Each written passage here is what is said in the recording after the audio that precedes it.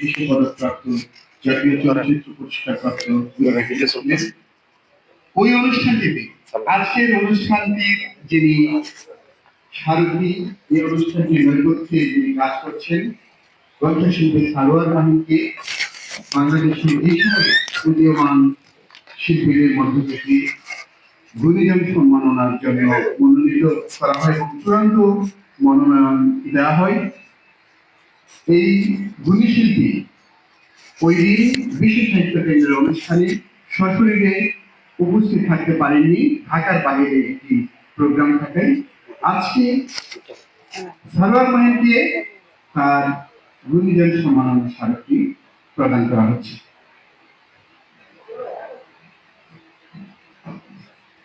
সুধীবৃন্দ, আমি ডক্টর আসিফ শাহনুর, আমি সম্পাদক মন্ডলীর একজন সদস্য, জাতীয় দৈনিক ঐশী বাংলা।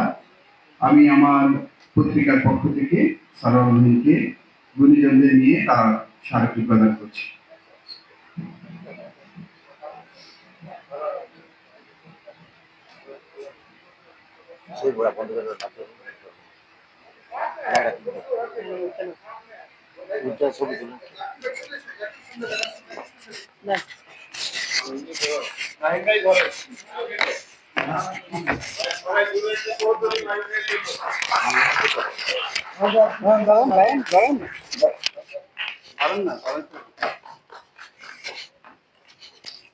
কোন লোকটা সবাই ধরে সবাই কেন